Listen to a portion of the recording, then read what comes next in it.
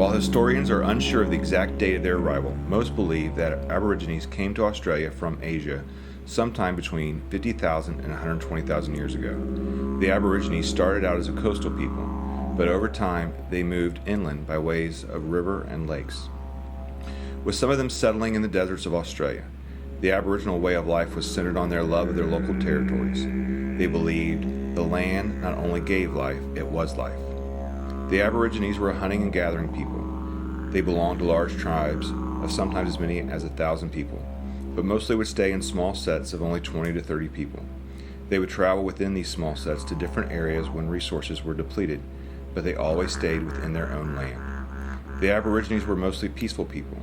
When Reg Dodd, a representative of the Australian Aborigines, was asked recently if his people were warriors, he replied, "Why would we have fought? We knew our land and knew the boundaries. When someone came from another group, they'd have to make a signal to let you know first. Kind of like knocking on the door first before you enter someone's home. You came with respect and you left with respect." Reg Dodd does admit, however, that they would fight from time to time over a dispute or if someone felt insulted. Usually any battles were small scale and were always hand to hand and using simple clubs and spears. Traditionally, Aboriginal elders helped avoid fights by judging disputes. Laws passed on by Dreamtime ancestors gave people rules to live by, from who married whom to who could hunt and gather on what land. The stories passed down the rules people needed to live peacefully. These same stories established who owned the land. The Aborigines have always been a very religious people. Their religion is now called the Dreaming or the Dreamtime. Many still practice this religion today. The essence of their belief was the oneness of the land and all that moved upon it. Their faith is expressed perfectly by Hylas Meares in her poem, Spiritual Song of the Aborigine. "I am a child of the Dreamtime people, part of this land like the gnarled gum tree. I am the river, softly singing, chanting our songs on my way to the sea. My spirit is the dust devils, mirages that dance on the plain. I'm the snow, the wind, and the falling rain. I'm part of the rocks and the red desert earth.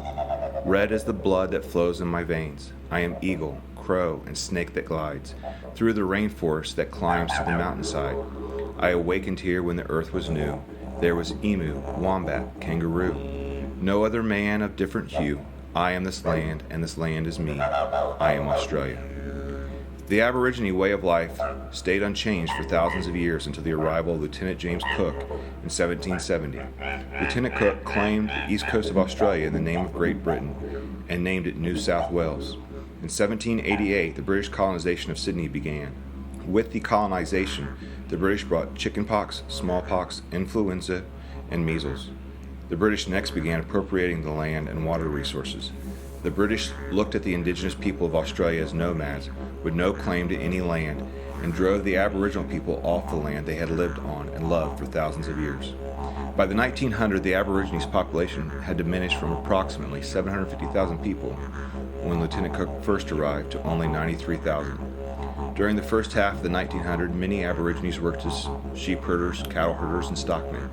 Few had jobs that were not manual in nature.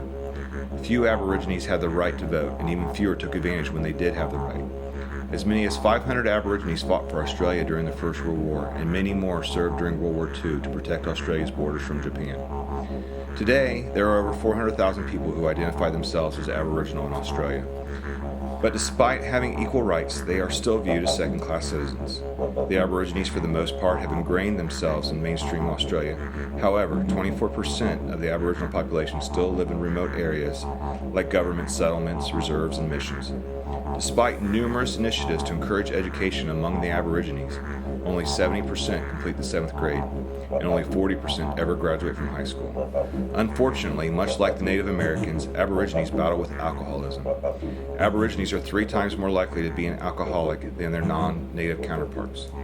Also, like the Native Americans, the Aborigines, once a beautiful culture, is now only a shell of its former self.